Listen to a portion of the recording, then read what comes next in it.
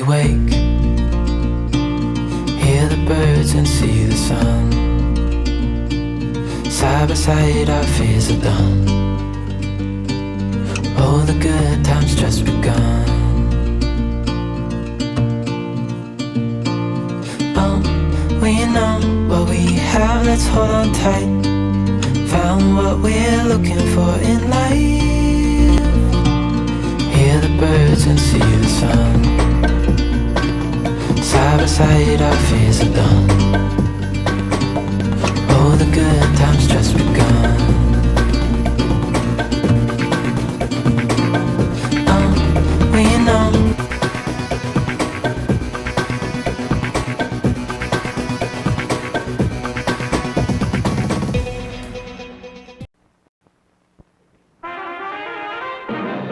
The Now car from the 1967 American Motors.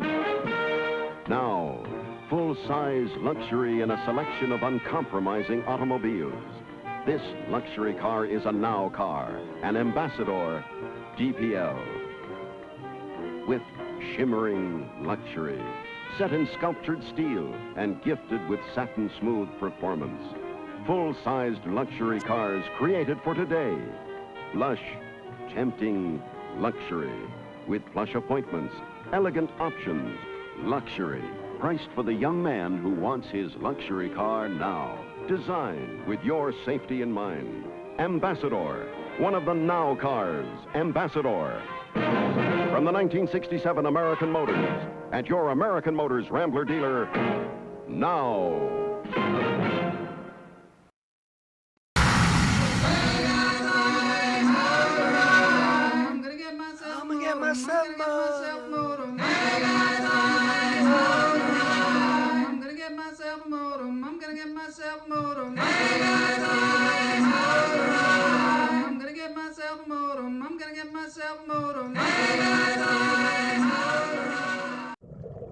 All right, welcome to Lunch Therapy. I'm your host, Joel Marshall, and these are some sea lions that come to visit us, courtesy of the photographer Zlatan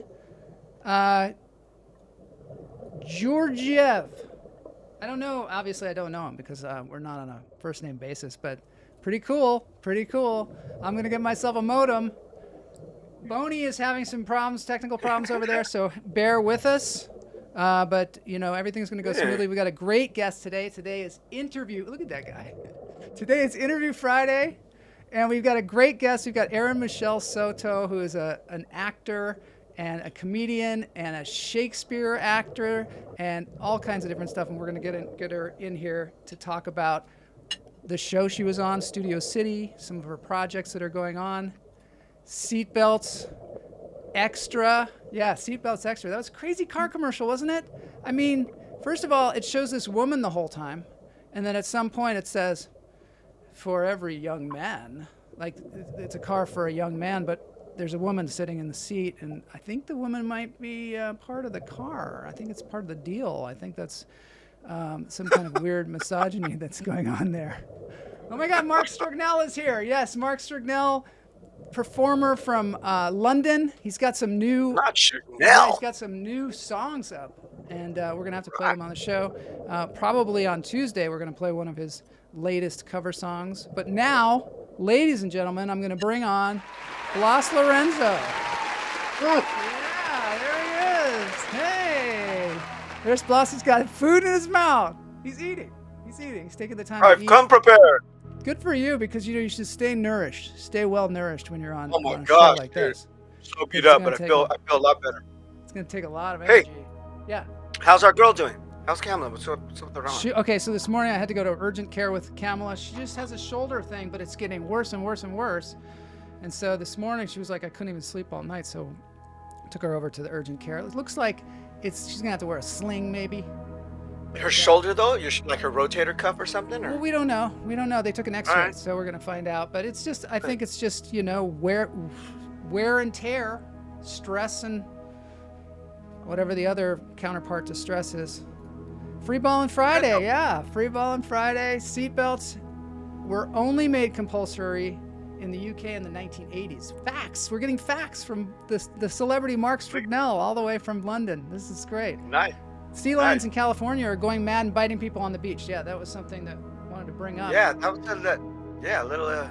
Apparently, creepy, there's actually. some sea lion stuff going on that is a little bit distressing. They're coming up on the beach all sick because they're eating some kind of wacky algae. Have you heard of this?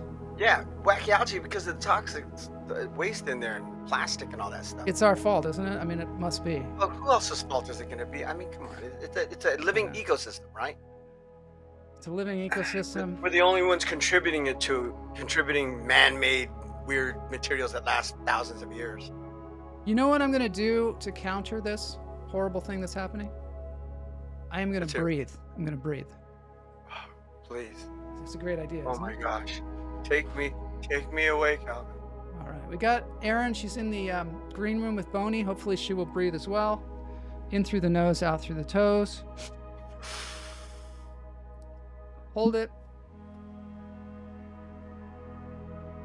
Let it go. Healing vibes to Kamala for her arm. Thanks, Howie. Oh. Stuff yourself, Blas, says Lalita. Stuff yourself. I was trying to ask Biden in there before you He was stuffing himself. I'm not gonna make it. I'm not gonna make it. In through the nose, out Thank through you, the toes. Lalita. Thank you. Let's breathe. Let's breathe. In through the nose. In through the nose. Out through the Charlie's toes. here. Charlie is being kind of a pain right now because he's trying to get out of the studio. He's like, I can't No, sleep. he's not trying to get out. He's trying You're to get too on. loud. He's trying to get on. Charlie knows All it's right. Friday. We got Charlie. That's going to help. All right, in through the nose, out through the toes. Hold it. Let it go.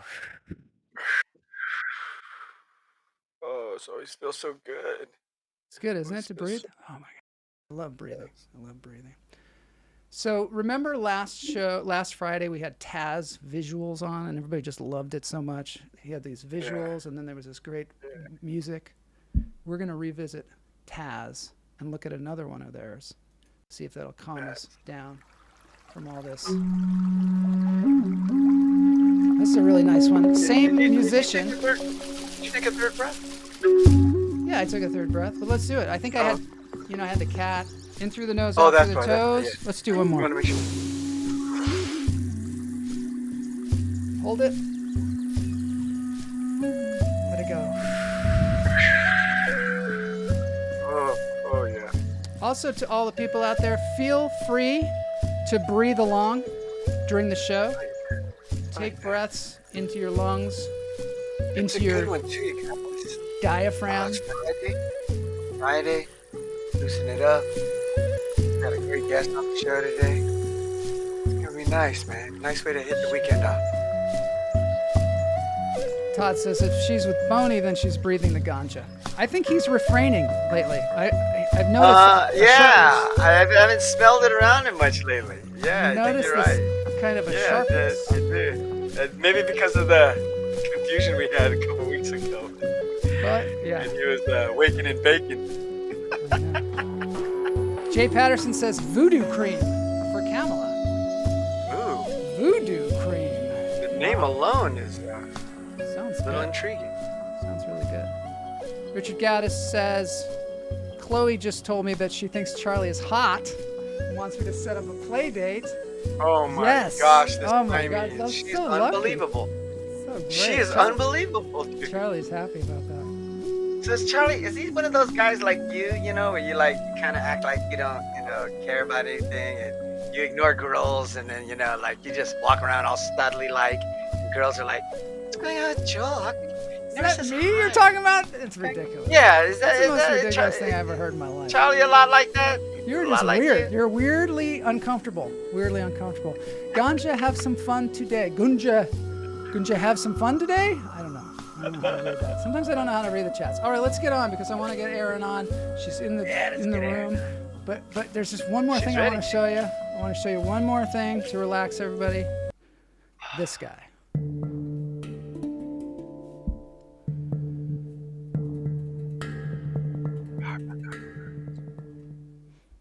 So this is Alem. There's the cat again. There's Charlie again. How does Hogging the Charlie show operating? today. Is he operating his own camera?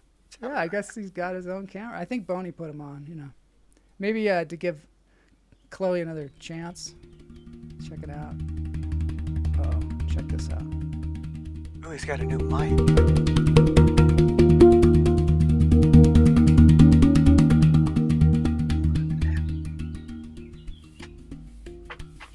This is called a goo ball that he's playing here. A goo ball. Oh, is that what it is? It's a hang drum by the famous hang makers.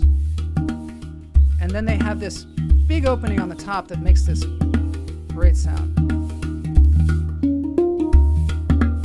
Ooh. It is. It's different from the hang drum. Remember this guy last week? He was beatboxing while doing the hang drum. That's a nice little vibe. I want to say today we are going out to Instagram as well. It's like a vertical thing. So right now they're just probably seeing Alem, which is cool. I mean, because we like Alem. But it's vertical, Yeah. I see it. It's on there. I don't know. Just trying to get it out there a little bit.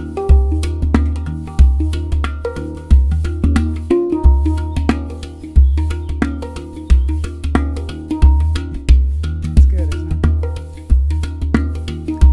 Bloss, I don't know what Bloss is doing. He's either frozen or he's like reading Wikipedia or something. I don't know what he's doing. I think he's No, you know what I'm thinking? I'm You're thinking about the frozen. reality center. You're totally frozen. That's what's going on. You're like, No, frozen, am I? You were. Yeah. I'm right here. No, you're all. I was thinking about the reality center. I like this. It's getting Did you happy. look into it a little bit? I think I'm Great, right?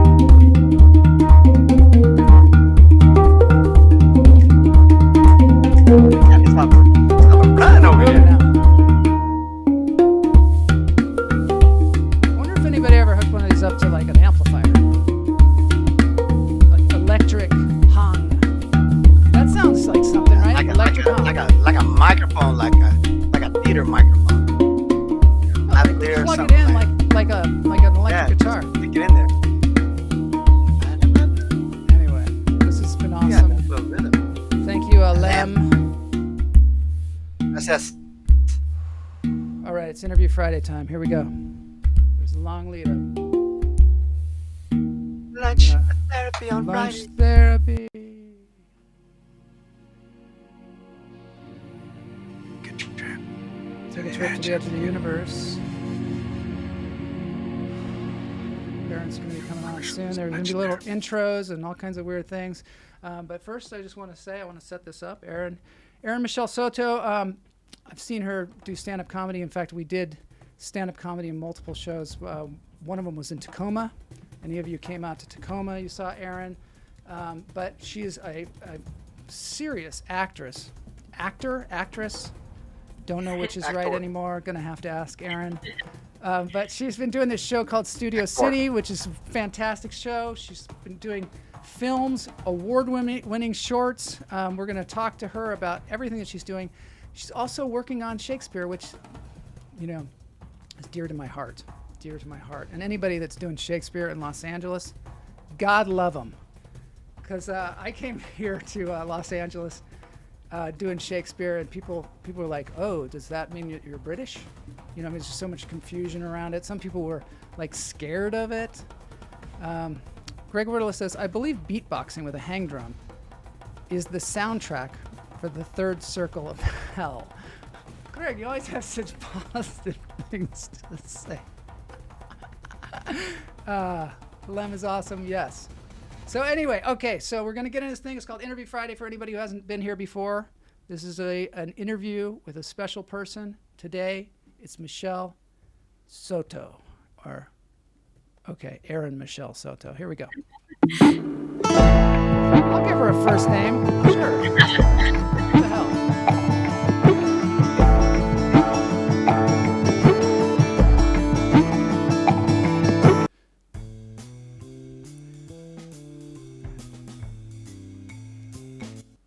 All right, there there she is. Thank Hello. God you're here. Hi. So great to Hi. have you here. Yes, thank you, Joel. Thank you so much for having me. Oh my God, we've been so okay.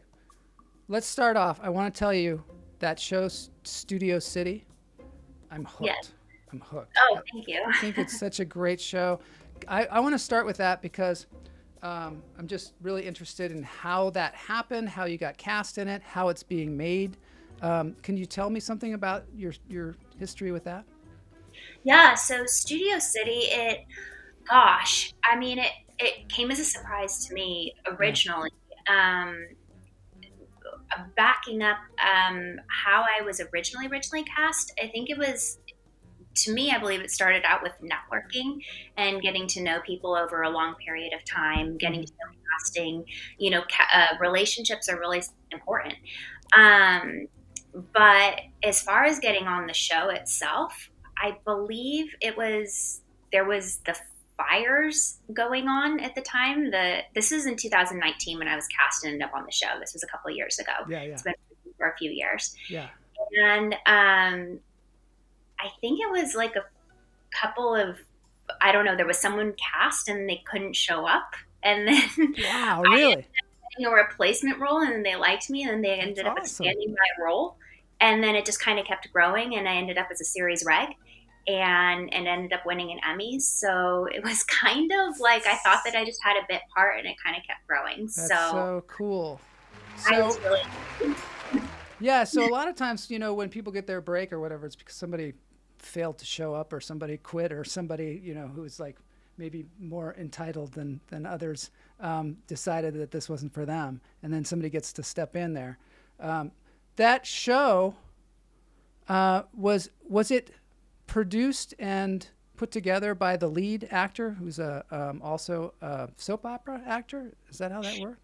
Yeah, it was put together by, I believe, I'm not exactly sure. I believe it was put in the works by, so it was put in the works by Sean Kanan. And from what he's been saying is he's been thinking about it for 10 years or so, for a long time. And it took until about then, to get the ball rolling and really get it fleshed out and worked. And finally it I just came in at the right time. And cool. So it was just sort of right place, right time when it all happened. Yeah. And so obviously through a lot of hard work on my time, Definitely. I've been doing this a long time, but it was, it just was very lucky. It was my lucky happenstance break at that moment. And, but he's been thinking about it for a long time. And then he got in the, let's see here, partnership with Timothy Woodward, who is also directing it, and they partnered up and started working together. Wow. So that is so cool. The thing that I wanted to emphasize here is that you never know like where these kind of breaks are going to come. So you, as an actor, you have to do all kinds of work. What do you think is the most difficult thing about being an actor and trying to get roles in Los Angeles these days? Oh, gosh. I think the most difficult thing is, like you said, you never know where it's going to come from. Mm-hmm. So sometimes you can put in an amazing audition and you can have a callback and there's something where you'd be like, oh, I'm going to get this. I'm going to get this. Yeah. And it's silent. Totally, right? That's the thing that people don't realize with actors. I mean, I don't know. Maybe they do. But when you go in and you audition for something, they don't tell you didn't get it. It just is this void that occurs afterwards. How do you mentally deal with that kind of stuff? It's really challenging. There was something that was kind of heartbreaking that happened earlier this year. I auditioned for a pilot, and they had me audition for two different characters that were similar, and they really liked me, and they were like, we like you. We're going to they had me audition twice for the same character. And I was like, okay. And then they were like, you know what? We kind of like you. We really want to book you, but it's not quite right. So we're going to have an audition for this other character. And I was like, okay, they like me, they're going to book me. And like, so I was like, okay. And so, I put everything, my heart, my soul, like everything into these characters. I was like, okay, thought I was going to get it. And after then there was no like nothing, Nothing. it's just nothing. And Deal with it. just deal with it. Crazy, Just, isn't it? and the thought of like you thinking that you're going to, like not even like, I'm so sorry. No, Yeah. no, like condolence letter. No, like, Even if you went like all the way almost to the end. like, They're like, no, oh, we're like, so excited about you. We're so excited. And then it's just like crickets. yeah, like you just expect like, Some I common don't know, courtesy, right? common like a pat on the back. I don't like even if you can't like, so Yeah. there's no, I don't know. So how do you deal with it? Over time, I guess. Because you got to keep coming. You got to keep coming. You know what I mean? And usually, like in life, if you put your hand on the stove and it burns, you don't put your hand on the stove anymore. But as actors, we have to keep putting our hand on the stove, hoping that someday it's going to be, off. And then when you hear family, it's just kind of like, well, and I'm like, no, but really, I did a great job. And like, they're like, really? And I'm like, no, really? Well, we also learned not to talk to people about parts that we're up for ever again, because when you first, I don't know, when you first get to Hollywood, you're like, I'm almost going to get this movie or whatever. And so you tell everybody. And then they're like, what happened to that movie that you're going to do? And you're like, yeah, I don't know. And then you're sort of like, I don't know. And they don't, and you're like, no, I'm not like trying to like tell you something. And then there's other times you're like, no, I did really bad. And then they'll listen, you get a job, and you're like, what? Yeah. So how did you come to acting? Did you grow up in Los Angeles, or where'd you grow up? So I don't know, it's kind of roundabout. My mom was a dancer. Mm-hmm. She was a ballet dancer, and so I've just been kind of in the arts my whole life. Mm-hmm. And I think I naturally just gravitated. I don't even know where it started, but I just started creating plays and made everyone act around me. I bothered everyone, all my friends, so much to the point that they didn't want to be my friend anymore. Mm-hmm. I did my first theater show when I was 7 because no one else wanted to be my friend. I got the lead role, but which was great. Wow. I was in Rumpelstiltskin. I was the girl who did made the straw into gold. Mm-hmm. And so that was good. But it was just kind of like, I didn't, I wanted to pursue acting and I wanted to do all of those things, but at the same time, it was kind of hard because every time I did acting stuff, it was like kind of one of those obsession things where I would do it to the point where I wanted to rehearse and do things until, it was like no one else wanted to rehearse with me. Yeah. I mean, it happens, right? I mean, that's called passion. I think they call that passion. In other things, and I think sometimes you have to, when you're getting good at something, whether it be acting or playing the guitar or being a doctor or whatever it is that you're doing, you have to put a lot of energy into it to the point where sometimes people around you are going to say, are you obsessed? They'll say something like, you're obsessed with this or something like that. And and a lot of times you have to go beyond that point, Yeah. And it's hard. Yeah.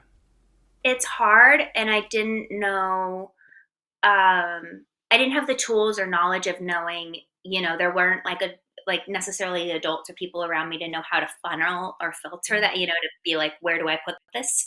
Yeah. They were just like, oh, she has energy. We'll put her into sports or, other things. Cause Where did you grow up? Where did you grow up? I'm in Southern California. Southern California. Yeah. I was put into short films. I was put into, I did do acting throughout. Yeah. Things, I did have all these small little breaks and stuff, but it wasn't focused until school when I actually ended up with a partial scholarship in school to theater. So wow, cool. Where'd you go to school? I don't say it, but I will tell you. I will say it. I kind of went everywhere. My degree is from the middle of nowhere somewhere, and I will announce somewhere at some point. But you're not going to announce it. I don't know. I'm weird. I'm weird like that. You are weird. Okay. Yeah, I love where I went to school, and it's and you don't want the secret to get out? Yeah, I don't know. I'm I strange. like it. You know what? You're allowed to have your secrets. You're allowed to be a private person. You don't have But to say everything everywhere. You know what I mean? That's yeah, cool. but I love my theater people. I love my Oh, that's friends and nice. my theater folks and stuff like that. Yeah. I like that. I'm going to show a clip from Studio City because some people are asking about it in the chat room, and I just want to give them a flavor of what it is. This is a clip of you with the person who's like the producer of the show, who I think is great. Okay. I think Yeah, she's yeah, great. yeah. You wanted to talk to me? Talk to me. Yeah, Come on. yeah, I want to talk about character. Oh, God. I always come across a second string when it comes to Max and Sam. It's Sam's show, in case you haven't noticed. I know, but look, they always have the great roles. we go. For me, I get it. But it's the men. They have these torrid affairs and great roles. And for me, I always have my boobs out and I don't have anything else that's going on. I'm a real actress. Real actress. Okay, at this point in our relationship, I tell you what you do. You understand? Good. I like you, Christine, and I admire your chutzpah. But you crossed a line back there. You don't ever get to question my judgment on this show. Within 1 mile radius of this studio, I am gone. I know. And I'm sorry. All I'm saying is that I work really hard, and all I'm asking for is a shot at a character arc, an episode. Crafty, give me a shout. Yeah. He works hard. Everyone on this set works harder in 1 day than you do in a year. Hell, I don't even work as hard as they do. You don't work hard.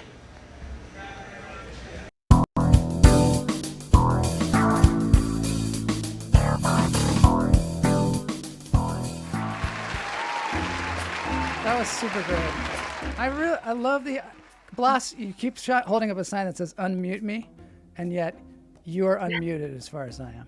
I'm concerned. Blas, let me just fix the Blas thing. Can you hear me? Anyway, yes. Okay. I love the show because it deals with a lot of issues. I mean, it's actually really.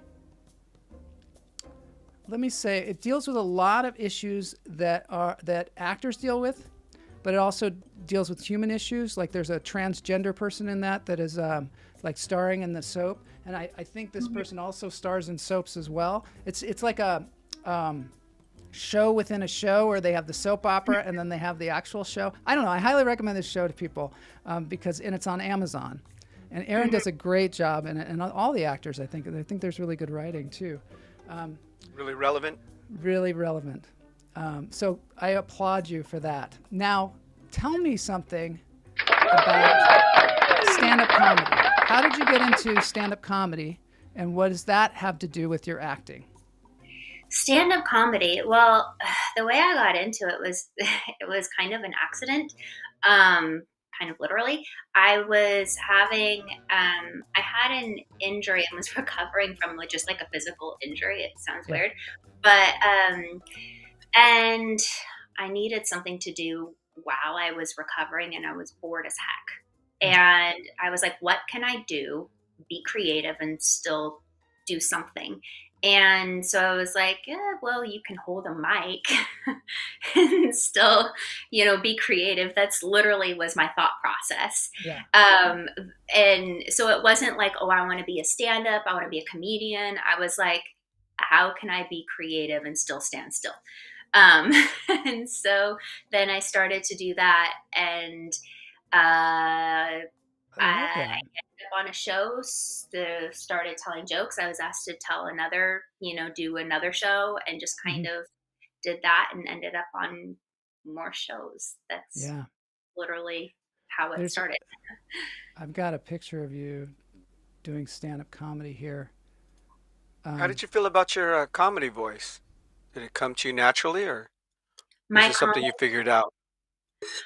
I think that it wasn't, I don't know. I just kind of stood up there and I didn't really think like, oh, I want to go this way or want to go that way. I was just kind of thinking of what's happening in the world. What are some topics? What are some things that I can talk about? And then how can I make people laugh? And but also I don't like hurting people's feelings. So I went into a lot of self-deprecation, and Yeah. That's what I prefer to do, is just kind of, either do self-deprecation or handle things like real topics that need to be handled in the world. And like those are kind of more things that like I prefer to do. Or if things get too heavy, then just handle like literally like really light, silly, stupid stuff. And just to kind of make people laugh and like elevate, like, just make like literally relieve tension. So, Yeah. That's kind of what I like to do, is just make people feel better if I do stand up. Lauren Ackerman here, who's also a comedian, he said, "It was well done. Your performance was fantastic in that show." I want to make sure that you hear that, because I like the idea that you really stretch yourself and you're not just like staying in some kind of one one trick pony kind of situation where you do stand up, you're doing television, and you're also doing Shakespeare, right? Mm-hmm. So Yeah. I want to talk about that. Let's get into that in a second.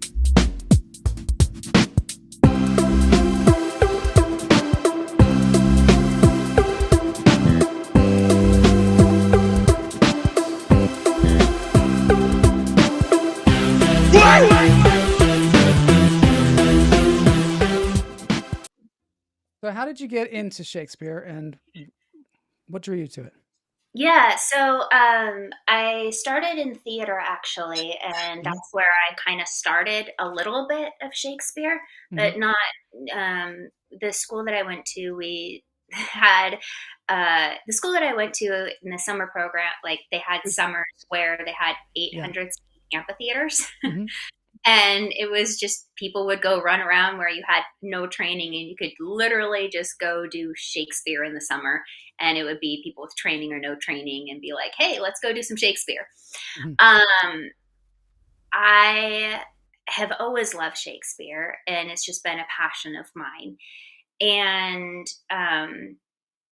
it's kind of my root training. It's my ground basis. I speak with this voice as Erin on my daily basis, but I know how to actually breathe and speak from my lower, Yeah. I, Diaphragm. Mhm. my lower diaphragm. And Mhm. when I need to be an actual artist, I do that. But anyways, as far as me bringing out more Shakespeare now, I like to make it relevant. I like to make it um, cool and trending, and I don't like to make it all like dusty and like, oh, let's be in like, oh yeah, sure, like I don't know, like I don't like Yeah. to like weird, like I like to make it like Shakespeare is relevant Contemporary. today. It's like everything that we're dealing with. It's all about dating and people like loving each other and like having like secrets in the dark and like what's happening, what's going on. And it's not just this like presentational thing that happened in the past, and it's dealing with topics that we are dealing with today. It's dealing with like female issues. It's dealing with gender identity issues. It's dealing with people hiding themselves and not being able to be who they want to be. Yeah. It's dealing with socioeconomical issues and people not being able to like date who they want to date because they're dealing with like financial differences and people not wanting to do all of that. And that's what Shakespeare is dealing with then, and we still have not traveled as Yeah. far as we want to travel. And so that's what I like about it, is taking all of that stuff. And even though we don't have the text, like even though it's like getting over that text and looking through, taking that and making it relevant to today. And so that's what I love about Shakespeare, is showing that we have not traveled as far as we think that we have, even though it's, and then like making it relevant. The difference is the clothing. And so that's actually how, if you look at Barbie, who is shaped like this, Uh-huh. it's actually just based on the dresses. And that's how Barbie was made, is because we're in a corset. The dresses that are out here were stuck like this. She's running around like this, like all the women ran around like this, not because they wanted to, but because literally it was so dirty outside that like women, like you could not, there was no restrooms, you couldn't touch anything, and your clothes were so expensive, you had one dress to wear, and like that's all you could wear, so you couldn't touch your clothing. And like it's, I don't know, it's the whole, nothing has changed other than it's less dirty. Is it though? Is it less dirty? The so this thing called Wild Kate, is that a project? Is that the project that you're working on now with I'm working Shakespeare? on Yeah, I'm working on Wild Kate, and it's a combination of 12 Shakespeare plays together that my co-creator Roberto and I have created. And it's mainly one, but it's also a combination of other stuff as well as um, current a little bit of current dialogue. So you've taken Shakespeare's works, like 20 of them, and you've taken pieces of it. Do you take individual lines, or do you take whole scenes, or how do you generally concoct something like that? Some parts of scenes, some just individual lines. It's sort of like and it's sort of like an Easter egg hunt for people who know Shakespeare. Well, they'll be like, oh, I know that line from that play. That's fun. And then there's other people where it's like, and then parts of it. And then other people, if you don't know Shakespeare, they'll be like, I understand this, So it's just sort of, if you're a nerdist, you'll like hopefully think it's cool. If you're a purist, you are going to hate it. Maybe. I've seen, I guess a purist, yeah, definitely. But I have seen, I've noticed from doing a lot of Shakespeare that a lot of times adults will feel like intimidated by it and they don't get it or whatever. And then the kids, though, totally get it because they're not like worried about language. They're not thinking of it as a different language. They're consuming all kinds of different languages easily. So when they hear Shakespeare, it's nothing to them. They get the story, they relax into it. And I think sometimes I've found in Los Angeles, like other actors talking about it, like they're afraid of it. Were you ever afraid of it at all? Did you find that with other people? I think I get afraid of it when it's like people trying to put the fear onto me, rather than me realizing, people being like, oh, it's this thing out there. And I'm like, no, like I have to realize, no, that's them telling me it's a thing that I need to put the fear onto it. Now, if I'm going to a Shakespeare company where because I'm trained in Shakespeare and I know like, oh, this is a company that follows the rules. So if I'm going to a company that follows the rules, then I need to be like, oh, okay, I need to now like realize, okay, I have to follow the rules. So I have to go follow the rules because I can't not follow the rules or I'll never get into the company.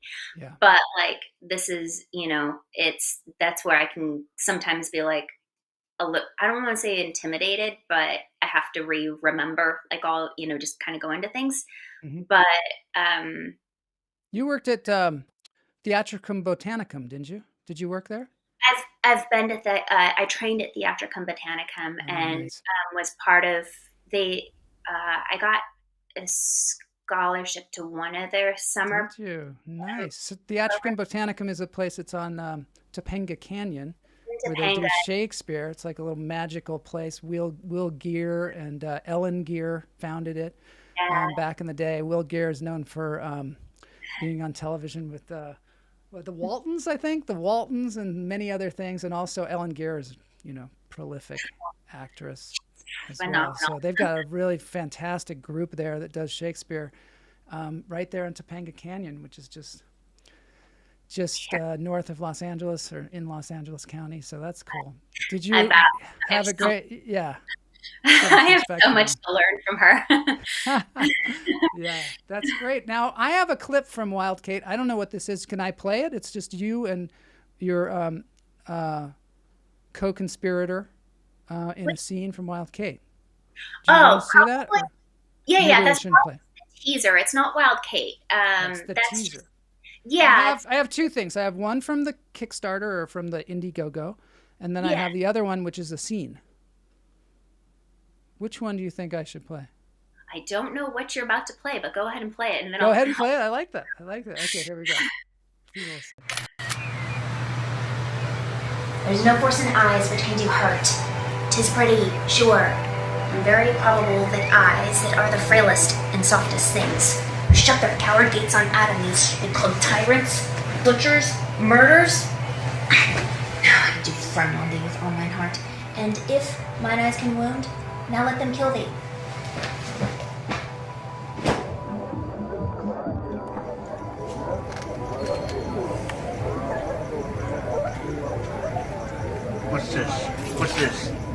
Is this her fault or mine?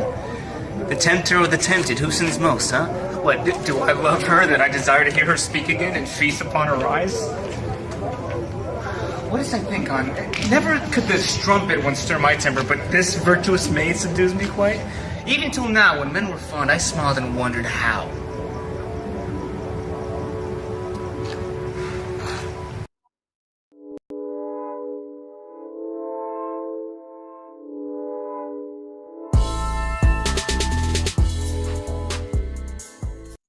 That's great. So, okay, tell us a little bit about that. Yeah. So that is the it's just a sort of showing kind of ish what it kind of might be like a demo of it. It's like a little demo, but it's not what it is. We're doing we have a much higher quality of what we shot on. Better audio, like it's going to be more of like the quality of what our TV. So it's like when a musician does a demo and says, "This is what my song's going to be like." It's just them on the guitar with a little recorder or something like that. Yeah, gives you an idea of like, oh, that's what this is. It's like a visualization of it. It's a visualization, yeah. And what was the text from? Was it from Taming of the Shrew, or what was it? No, those were two different texts actually. Let's see here. What was mine from? I put you on the spot. All's well that ends well. I'll just name a bunch of them. No. Not. I have so many plays in my head right now. I'm sure if you guys are mixing 20 different plays. What was the text that I just said? Okay. So his is The Tempter or the Tempted. That one is from Measure for Measure. And then mine is they're from two different plays. And then As You Like It? As You Like It is the other one, actually. Yeah. Cool. And so, yeah. I love it. I love what you're doing. You know, it's not so unorthodox when you think about it. Shakespeare, sometimes people think Shakespeare was done for kings and queens in the court, you know, and things like that, but it was done for the people. It was you know what I mean? They crowded tons of people in there. There were all these people standing on dirt floors. Sometimes there was a bear baiting before it. It's not upper crust stuff. It's of the people, and it's very much about relationships and all the things that are true today. All the actual basic human things are in there. And some of the things that he says are just, you're just like, how did he even know this stuff, you know? Because you go through your life, as you get older and older, you start to realize, wow, there's so many insights in this. There's a lot. We have an actual, what is it? It's like a 10-minute actual teaser from Midsummer Night's Dream. And that's it really fleshes out. It shows four people together. And that really shows, like, when we put people in a scene context, it really shows like the dynamics and stuff like that. And I feel like that will, That's nice. So what are you doing now? Are you doing any kind of fundraising or anything like that we can put a link to or anything? Yes. So we're finishing because we already shot, but we need to finish our post, which is what we're raising funds for right now. And there's an Indiegogo, which we have. I will put it on my bio. If you follow me on Instagram, I'll put it on my bio link shortly. But yeah, just follow me on Instagram. But there's also at Erin Michele Soto. Yeah, Erin Michele Soto. Yeah, and I'll put it up there. Yes. We can also put it in the show notes for this show too. Yeah, and then at Indiegogo.com, I believe it's /WildKate, but I can't for sure say that. So yeah, you don't know the URL? Come on now. I believe it's just /WildKate, but yeah. Yeah, I believe it was Tempest and As You Like It. Maybe people in the chat room can say some of their favorite plays. Here, Lolita thinks it was from Tempest and As You Like It. Yeah, that's what I was like. I was like, I believe it was As You Like It, the second one, but yeah, the first one. I love the Tempest. Tempest is a great one too. Okay. So now I want to talk to you about where you're going from here, just on the other side.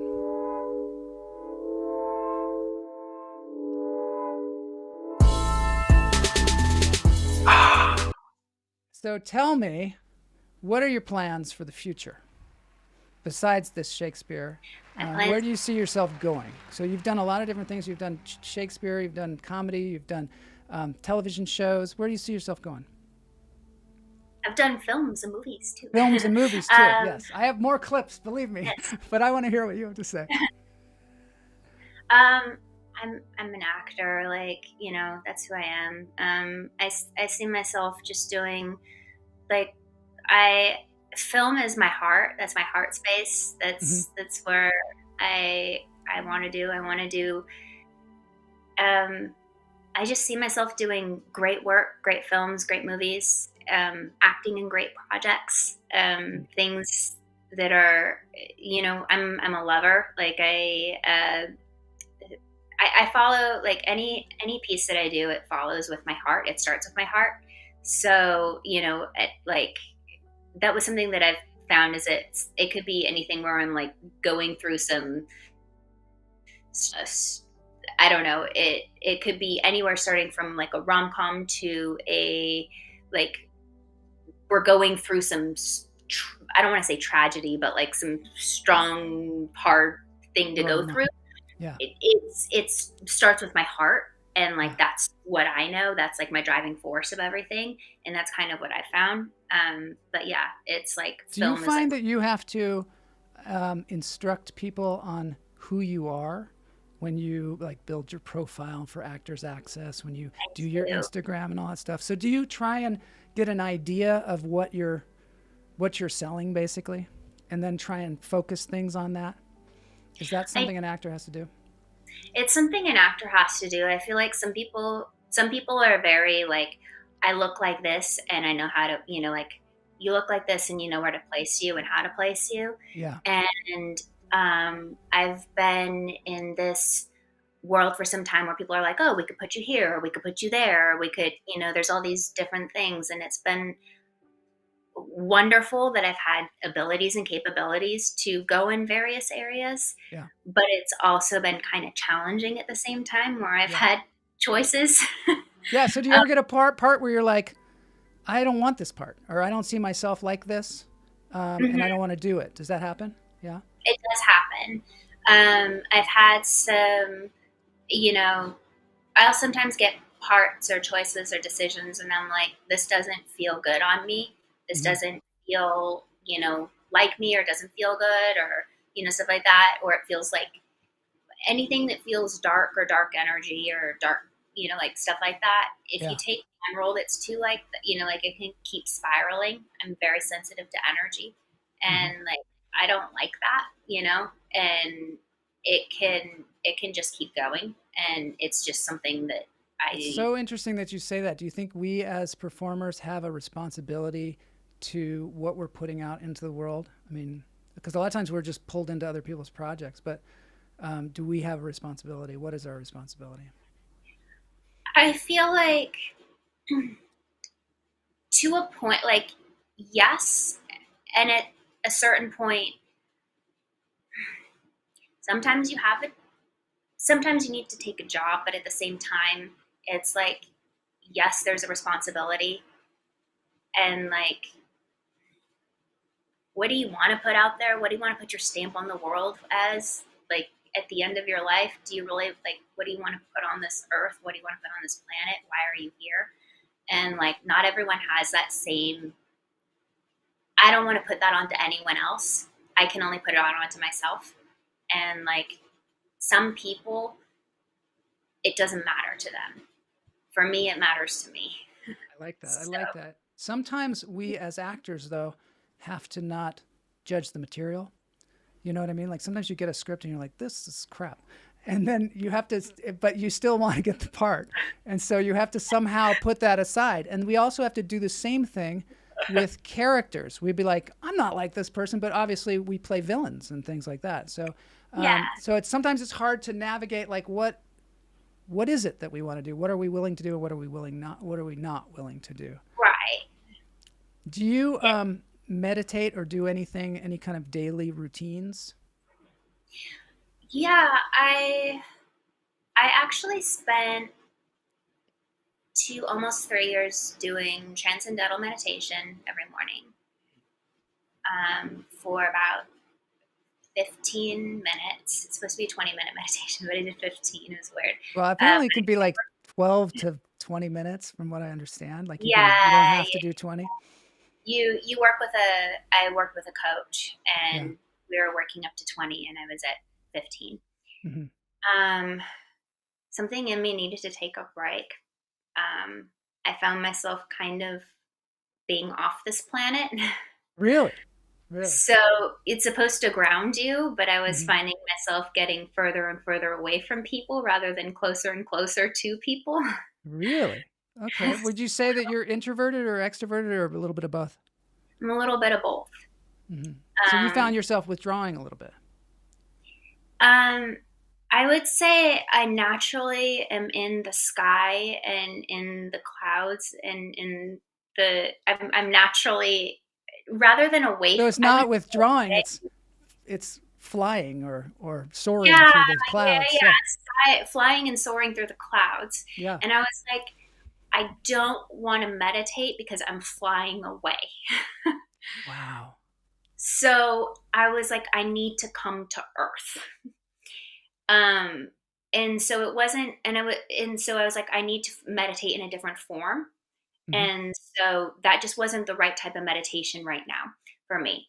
And so there are other things of like you say, there's breathing, which can ground you more. There's, Yeah. I need to do things to put me here. There's Mhm. things like, so like dancing. There's Yeah. things like being in person. There's things, but like like literal, like touching things to be present Yeah. rather than going away. That's so good. That's so important. I agree with you on that. Do you do things as an actor? Like, let's say you're on set and you start to go away, like you start to go out of body experience. I don't know if that's happened to you before. It's certainly happened to me. Do you do things to ground yourself on the set or on a stage? That's something that I'm learning and some tools that I'm finding, Mhm. because it wasn't until then that I started, till more recently that I realized, oh, that's not an effective tool. Like, I know when I need to meditate, but that wasn't an effective tool for me. But those Mhm. are now things that I'm finding of like, oh, okay, it's like I need to move and dance. Oh, I need to touch some stuff. I need to breathe. Oh, I'll be like, I'll sometimes just say, I need to breathe Yeah. and breathe. So So good. In your there, acting technique, do you get in touch with objects on the set or do you do any of that kind of work? What is your acting technique? I use various forms of acting Hmm. techniques. It depends on my character and my role. Hmm. I've trained in the Michael Chekhov technique. I've trained Hmm. in viewpoints. I've trained, because I've trained with Steppenwolf. I've Hmm. trained with Michael Chekhov. I've trained in the Delamartine. Steppenwolf in the Valley? Like they had like a class in the Valley or in Chicago? I trained. I have random extensive training from my college because of it's complicated. So, Yeah. but I did get to train not in Chicago, but with Chicago, Oh. their theater company, which was phenomenal. I And spent like a couple of years with them in Chicago. That's where I did my internship, basically. And I've had some Steppenwolf. I had Rondi Reed on the show as a guest as well, and some other Steppenwolf people. So yeah, dear to my heart because it was like right when I got out of college, I went there, and that was where I learned about the theater, and it's just so. I just love them so much because they are so practical, and and like we were talking about being present. I call them blue collar actors because they're not super pretentious about it. They're just like, this is what I do. Just like, I might work at a grocery store or I might do this, yeah, and I find that super cool. I'm sorry, I didn't mean to interrupt you, but I just had that connection with you. it's teaching you more. I didn't train. I got to train a short period of time with them. I Hmm. have so much to learn, but the time that I spent was amazing of learning. Like you learn to feel your partners, like your entire group of people. You're in we had a group of 40 people that we were training with, and you can feel the person in the opposite room. You can feel everyone. You learn to Yeah. feel everybody, Hmm. and you are the same. And, you know, that's and they make the person with no lines just as important as the person with the most. You realize that we're all the same. I think that's probably why Steppenwolf was so able to keep a theater company, an ensemble members, theater company like that, going so long and so successfully.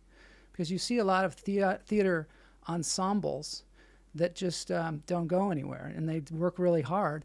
But a lot of times, especially in Los Angeles, I don't know if you find this, but it's a little bit tougher to have an ensemble situation because the focus is more on like getting movies and things like that. So you're not, and people are trying to shine because the casting director's coming or whatever, rather than, this isn't true for all LA theater. There's lots of great LA theater, but the more you can work communally to tell a story, regardless of what your part is, the better the play is going to be, right? I mean, I think that's a really interesting statement that you made about being aware of everyone.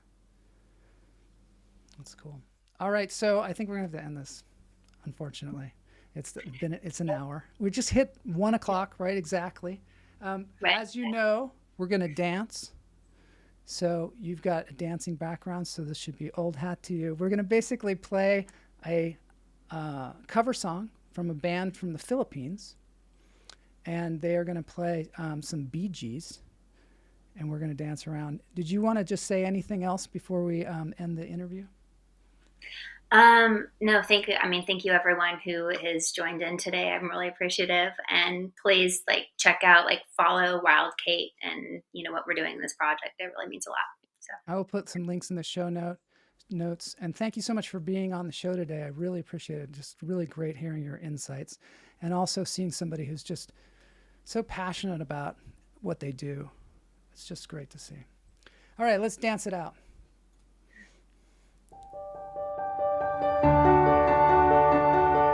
Dance break. Joe Marshall's lunch therapy. There's boss. There you are, boss. All right, here we go. So these guys from the Philippines, Mario Brothers. You like this, boss, especially.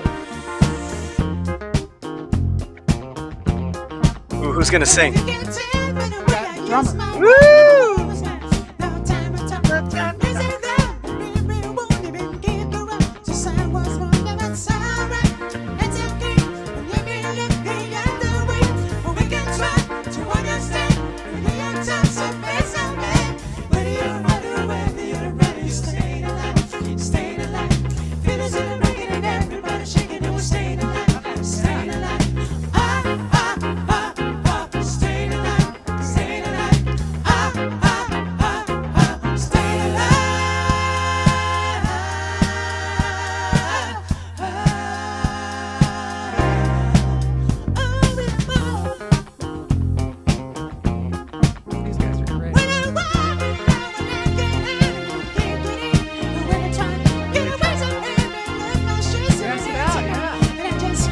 Just can't lose.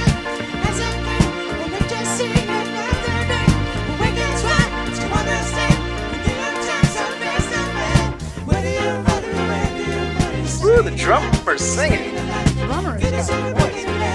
He's been drinking his milk.